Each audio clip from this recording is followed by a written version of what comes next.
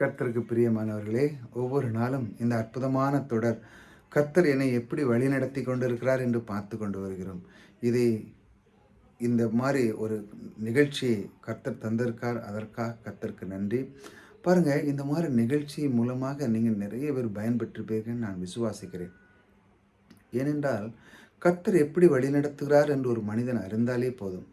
அதுதான் மிகப்பெரிய ஒரு அற்புதமான ஒரு ஒரு நிகழ்வு, ஒரு ரகசியம் போல நீங்க நினைச்சுக்கலாம். ஏனென்றால், அவருடைய வழிநடத்தல் என்பது அவருடைய வார்த்தை கொண்டு நம்ம வழிநடத்துகிறார். அப்படித்தானே?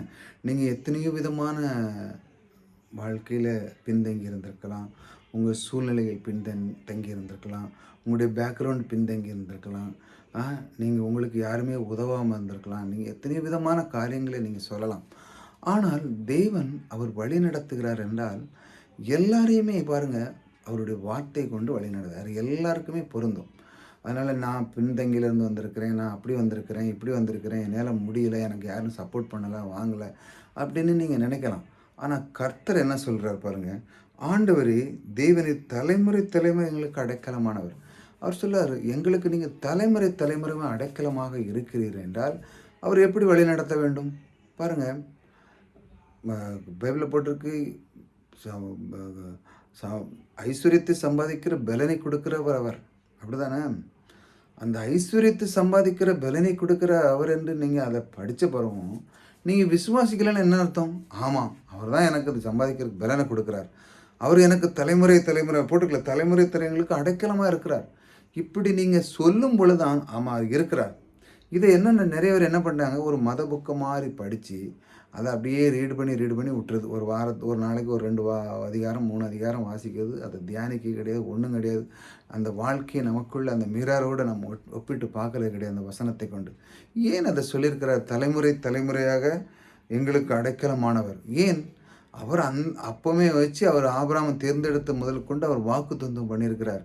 உன் சன்னதி அவர் சன்னதியிலிருந்து தான் வந்திருக்கோம் நம்ம எல்லாருமே. பாருங்க, அந்த ஆபிரகாம் சன்னதியிலிருந்து. அவர் சொன்னார், உன்னுடைய சன்னதி நட்சத்திரங்களைப் போல பெருக்குவேன்னு சொன்ன அந்த வாக்குத்தத்தங்கள் நமக்கு நிறைவேறுகிறது. எப்படி? அந்த அவருடைய குமாரனை கொண்டு இந்த சிலுவையின் மரணத்தின் மூலமாக இந்த ஆபிரகாமுக்கு கொடுக்கப்பட்ட அனைத்து ஆசீர்வாதம், அந்த அனைத்து வாக்குத்தத்தங்களும் எல்லாம் நமக்கு கொடுக்கப்பட்டிருக்கிறது. நாம் அதை பெற்றுக்கொள்ளலாம். இப்போ அது அவைலபிளாக இருக்குது. எப்படி என்றால், நாம் விசுவாசத்தை கொண்டு அதை பெற்றுக்கொள்ளலாம். எப்படி சொல்ல வேண்டும்? கிறிஸ்துவே, ஐஸ்வர்யத்தை சம்பாதிக்கிற எனக்கு பலனை கொடுத்தவர் நீர். நான் அதை விசுவாசிக்கிறேன். நான் அதை மனம் பொருந்தி அதை நான் ஏற்றுக்கொள்கிறேன்.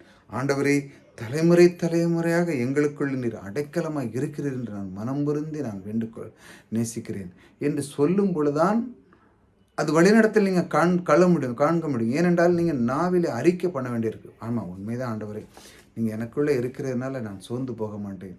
எனக்குள்ளே நீர் வந்ததனால் நான் பயப்பட மாட்டேன். நீர் எனக்குள்ளே இருக்கிறதுனால் நான் எங்கு சென்றாலும் எந்த காரியத்துக்கு நான் அடியெடுத்து வைத்தாலும் அதை வெற்றியாக முடிக்கிறவர் நீர் இருக்கிறீர். ஆண்டவரே, நீர் எனக்குள்ளே இருக்கிறதுனால் நான் துன்மார்க்குன்னு பயப்பட வேண்டிய அவசியம் இல்லை. ஆண்டவரே, நீர் எனக்குள்ளே இருக்கிறதுனால் நான் ஏன் செல்வத்தை ஐஸ்வர்யத்தை பற்றி கவலைப்பட வேண்டும்? ஏனென்றால் ஐஸ்வர்யத்தை சம்பாதிக்கிற பலனே நீர்தான்.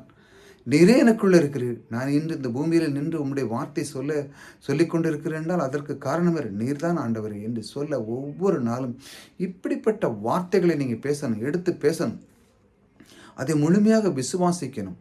நீங்கள் ஜெபம் பண்ணாலும் தான் அதை நீங்கள் முழுமையாக விசுவாசிக்கணும். விசுவாசத்தை தான் பெற்றுக்கொள்ள முடியும். ஆனால் அந்த விசுவாசத்துக்கு தடை பண்ணுறது தான் இந்த வசனத்தை பிடுங்கி எடுத்து போடுற மாதிரி. நீங்கள் சபையில் கேட்பீங்க, கேட்டுட்டு வெளியே வந்தோன்னு என்ன சொல்லுவான்?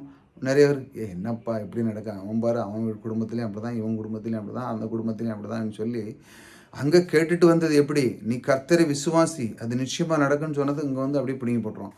அது அப்படி இருக்குது இப்படி இருக்குன்னு சொல்லி நீ நம்பாத, கர்த்தர் வார்த்தை கேட்காத. ஐஸ்வர்யத்தை சம்பாதிக்கிற பலனை அவர் கொடுக்கல, முயற்சியில் தான் போகிறா. நீ தான் அதை படிச்சிருக்கா, நீ தான் செஞ்சுருக்கா, நீ தான் படித்து டிகிரி வாங்கியிருக்கா, நீ தான் சொல்லி சொல்லி கர்த்தருக்கு முதலிடம் கொடுக்காம நான்ங்கிற அந்த உணர்வை அவன் தூண்டுதான். அந்த இடத்துல வந்து அந்த ஸ்பிரிச்சுவல், அந்த தேவனுடைய ஆவி அந்த நமக்குள்ளே இருக்கிறத அவன் வந்து விட்டு விலகுறதுக்காண்டி தான் இப்படிப்பட்ட காரியத்தில் அவன் கொண்டு வரான் பாருங்கள். ஆனால் ஞானமாக நாம் அறிந்து கொள்ளும் பொழுது, கர்த்தருடைய வார்த்தைகளை ஞானமாக ஒருவன் அறிந்து கொண்டால் அவன் முதலிடம் கர்த்தருக்கு வைக்கிறான் வார்த்தைக்கு. ஆண்டவரே நீர்தான். அது மட்டுமல்ல, அவன் கேட்டது மட்டுமல்ல, வார்த்தை சொல்லுவது மட்டுமல்ல, அந்த வார்த்தைக்கு அப்படியே அவன் கீழ்ப்படுகிறான். எப்படி என்றால் உண்மைதான். கர்த்தர் தான் எனக்கு சொல்லியிருக்கிறார். ஆகையால் நான் எதை விட்டு விலக மாட்டேன்னு சொல்லி, அந்த அளவுக்கு அவன் கர்த்தர் மேல் பிரியமா இருக்கிறதுனால, அவனுடைய வாழ்க்கையிலே அவருடைய வழிநடத்தலை அவன் அறிந்து கொள்கிறான். இப்படித்தான் அவர் உங்களை வழிநடத்துகிறார். வழிநடத்தி அவர் உங்களுக்கு அடைக்கலம் தேவனாய் இருக்கிறார். கர்த்தர் உங்களோடு கூட இருக்கிறார். கர்த்தர் உங்களை ஆசீர்வதிப்பார்.